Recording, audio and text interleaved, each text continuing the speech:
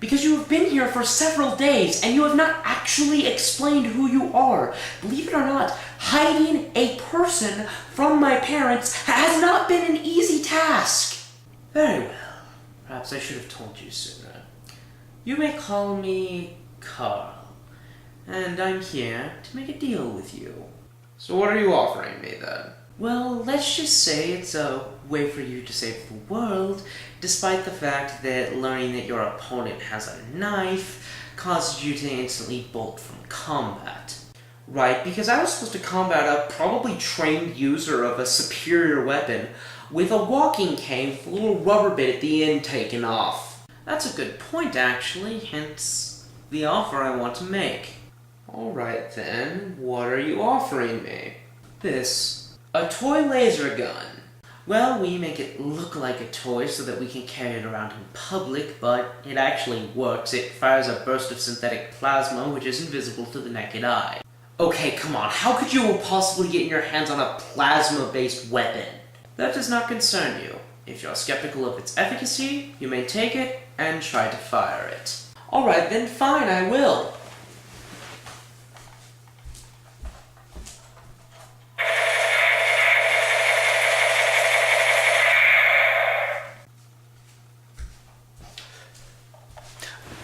Okay, so I guess it works.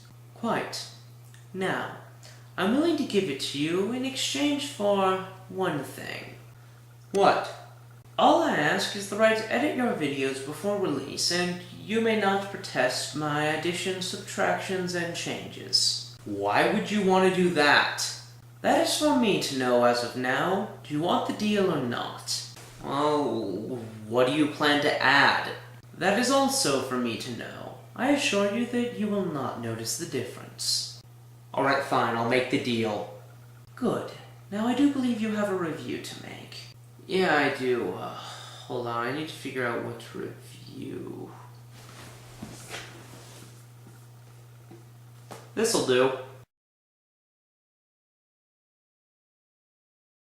Diary of a Wimpy Kid began online with daily entries published through funbrain.com. It was highly popular, and apparently readers requested a printed version.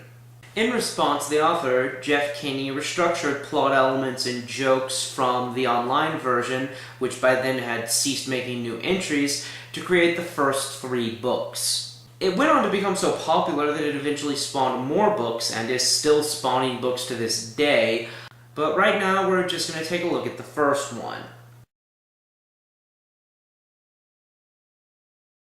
Diary of a Wimpy Kid is framed as just that. The premise is that a middle school child named Greg Heffley has been forced/convinced by his mom to get a journal, and is writing in it as well as providing illustrative cartoons of many of the events and ideas that he's talking about.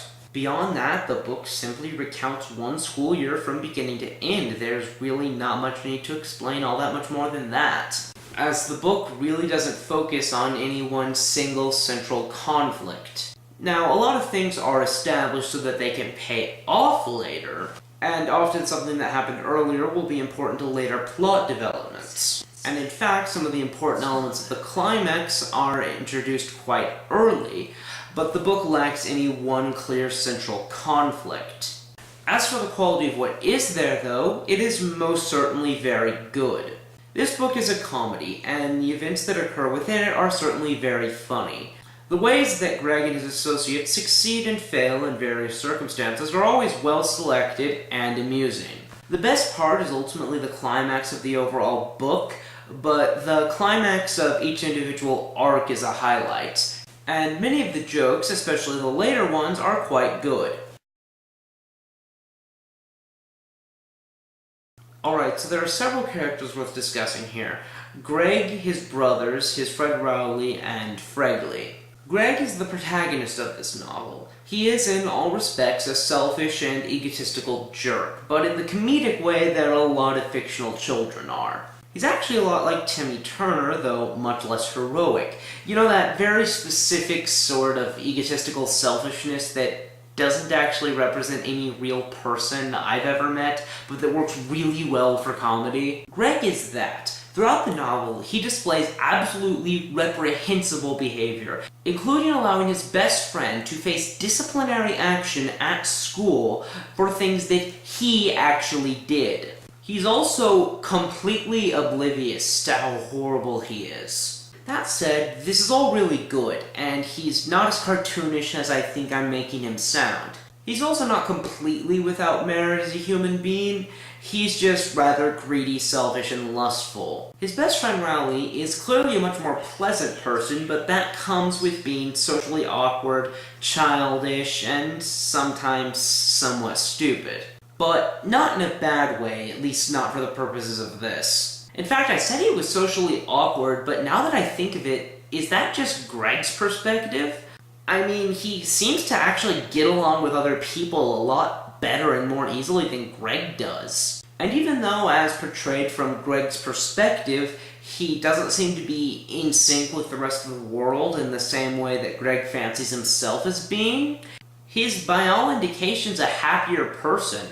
And everything indicates that he has more friends and just generally more success as a human being and just generally a better life than Greg does. Again, going by Greg's perspective, which we must recall is actually biased, he does seem to have fewer social inhibitions than Greg, and as far as Greg is concerned, that's a bad thing because it makes him a social hazard. Then again, since he doesn't take it past certain lines, I'm honestly more inclined to condone his attitude than to condemn it. That is distinct from my view on another socially awkward character, Fregley. Fregley is the best thing about Diary of a Wimpy Kid, hands down, which is why it is such a grave injustice that not only does he not, so far as I know, appear in any of the sequels, but he's really not even in this one all that much. He is the funniest character in the book, and that is saying a lot.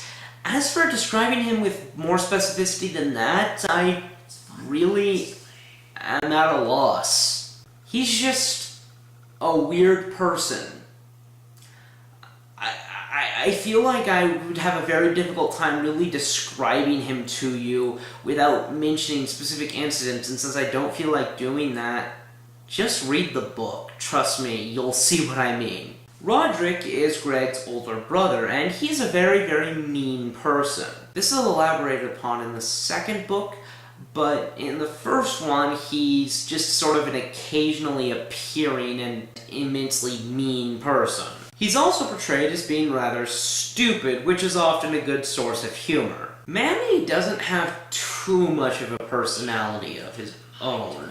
At least not one that can be truly separated from how much his parents baby him. We see that he never gets in trouble and gets whatever he wants, and in at least one instance, gets Greg in trouble for what Greg doesn't consider to be all that big of a deal, but I would say probably is. Manny has a lot of traits that Greg finds annoying, and it's clear that Greg thinks of him as being culpable, though it's hard to imagine true malevolence from what's shown. Come to think of it, though, Greg actually does a lot more mean things to him than he does to Greg, so it seems to me that Greg is much more of a bully than Manny is a pest. Greg, of course, doesn't see it that way, though, because he's essentially blind to his own flaws. Just to give you an idea of how egotistical this guy is, in a later book, talking about New Year's resolutions, he says point blank that he doesn't really need to make any New Year's resolutions for himself because there's really nothing about him that needs improvement. All of the characters in this are very good and very funny, and none of them really feel one-dimensional, even though some of them only have one or two objective traits that I could actually name off for you. Greg is a recognizable fictional archetype, but that never really bothered me even though I recognized it. This book is reasonably well written from a standpoint of just prose. It's not a masterwork of poetry, but it's not horrible, though it does have one somewhat annoying aspect. Greg never curses. And of course he doesn't. This is a novel for children, and we live in a culture where adults are under the impression that children Greg's age, aka the target audience, don't actually already know most, if not all, of the words that they're trying to hide from them. My problem, to be clear though, isn't that he's not cursing, it's that instead of cursing, he's speaking in a way that comes off as unnatural. It happens rarely enough that it's not a deal breaker, but I did notice it. In conclusion, Diary of a Wimpy Kid is good and worth buying, especially if you're part of its target audience. I remember that the first time I ever picked it up, I didn't put it down except at the checkout counter, and then I immediately picked it back up, resumed reading, which is what I had been doing since I found it on the shelf, came home, and finished it all the way straight through. That's all for today, but next time, I have a crazy guy in a skull mask to fight. Alright, then fine, I will.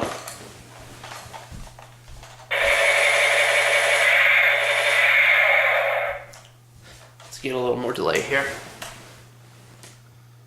Mom, I'm shooting. That's...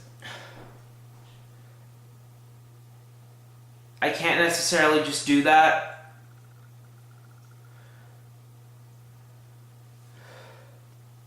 I really wish that I had like a preview thing there.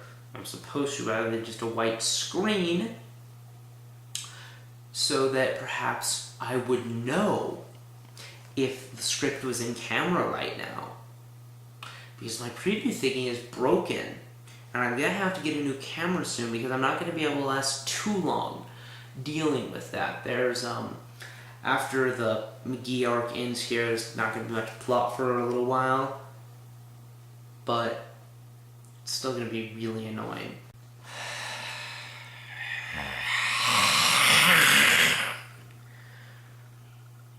You see it.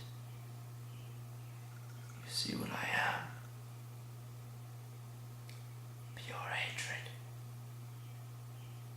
Except not. I hold no malevolence from you. I just let the look on your face when you suffer. Ha ha ha ha ha!